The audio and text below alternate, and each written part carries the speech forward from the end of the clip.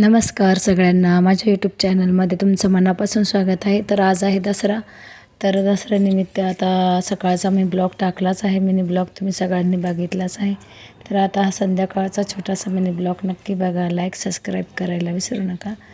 तर माझी दिवाबत्ती झालेली आहे तुळशीजवळ देवाजवळ. आणि आता माझे मुलं आणि मिस्टर देवीच्या दर्शनाला गेलेले आहे. तर मी हे बघा असे दसरे काढले आहे 2. आणि मग तांदळाचे दसरे 2 काढतात. पाटावरीची पूजा करायची आणि मग ते सोनूला पोहायचं आपण. आणि मग मुलं आणि मिस्टर आल्यानंतर ते सुद्धा पूजा करणार याची आणि ओळखणार सोनं कशात लपवलेलं आहे. तर मग आता बघू पुढे व्हिडिओ पूर्ण बघा. आणि आता मुलं आलेले आहे, मिस्टर मागून येत आहे देवीचं दर्शन. आणि आता मी पूजा करणार आहे मुलांची.